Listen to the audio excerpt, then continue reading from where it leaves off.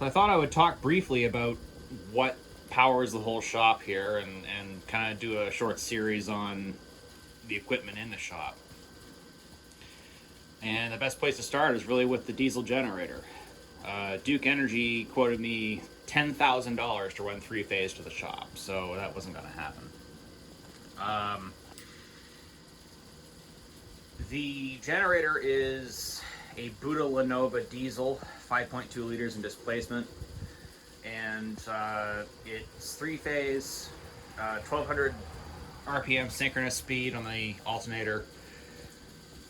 It's Y-wound, meaning you have a neutral and 3 poles.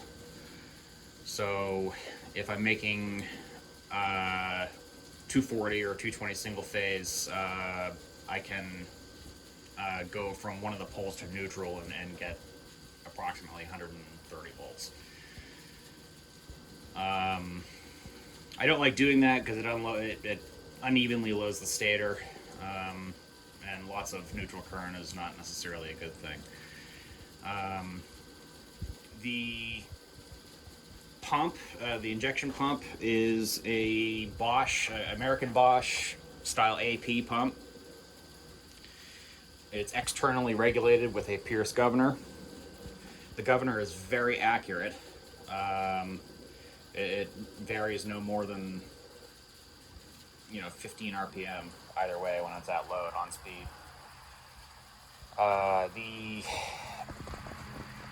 combustion chamber is kind of a unique design.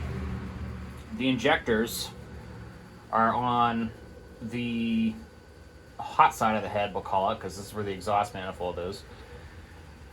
And the combustion chambers are on the other side of the head. These are the Buda-Lanova power cells, they call them. So the injectors shoot across the top of the piston into the chambers before top dead center, and then at top dead center they fire, the fuel combusts approximately in the power cell, and then the fire comes out of the power cell back into the chamber and swirls around the top, drives the piston down. The pistons protrude from the top of the block about a half an inch, which is pretty crazy. I've never seen anything like it. Now, when I first got this engine, this whole generator, it had a bent valve, which I'll post a short video to. Maybe I'll cut it into this one. And I had to make a valve from scratch pretty much. And the valve blank I got come out of a company called EGG California, EGGE, I think, EGGE, something like that. If I can find the information, I'll put it in the description. The electrics on the generator are made by Century Electric Company, and most of my antique motor collection, antique electronics, are all Century Electric. Well, now, one of the coolest things about this generator is that it is a war veteran. Best I can figure, it served aboard a ship in the Second World War and the Korean War. It was surplus, I want to say, sometime in the 1960s. It was bought by an old timer who powered his machine shop with it. He sold it to another guy who had the same intention, but never got around to it, and then I bought it from him, and it's still powering a machine shop. Why they needed this aboard a Navy vessel to power a machine shop. Navy vessels, while they do have alternating current on board, it is a strange frequency, so I don't know if that's why they needed this one, or they just didn't have the plant support to power their machines on board. Somehow they needed it, so they got it. It does need a few things. I need to put a GM one-wire alternator on this side here. The factory bracket for the battery charging generator that it had is long gone. Excuse me.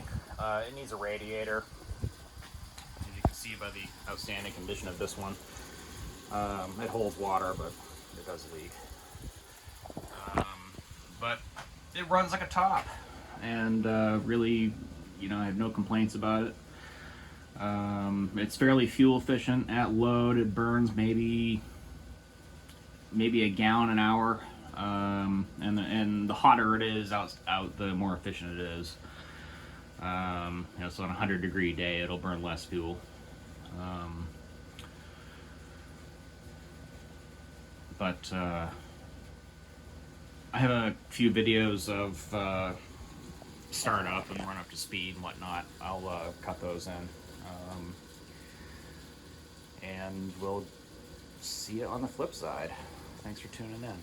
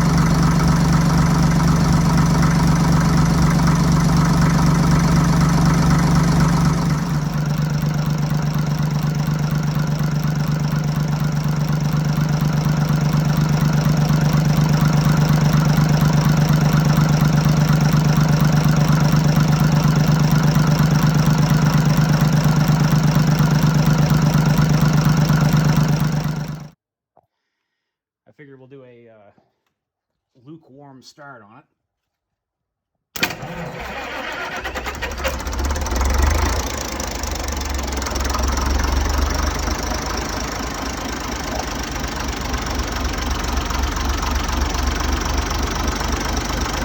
Settles down to a nice cool idle.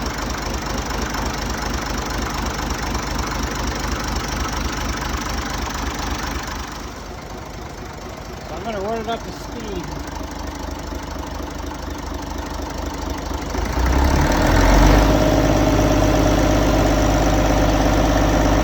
Frequency meter.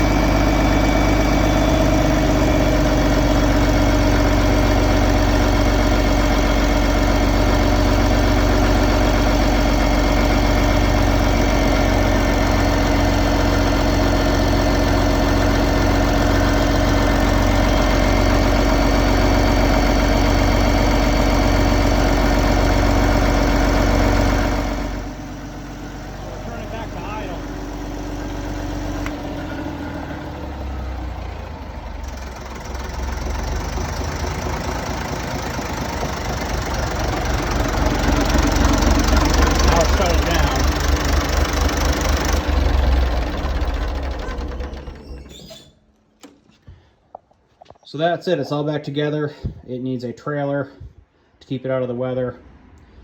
And then we'll hook it up to some machines and start making chips.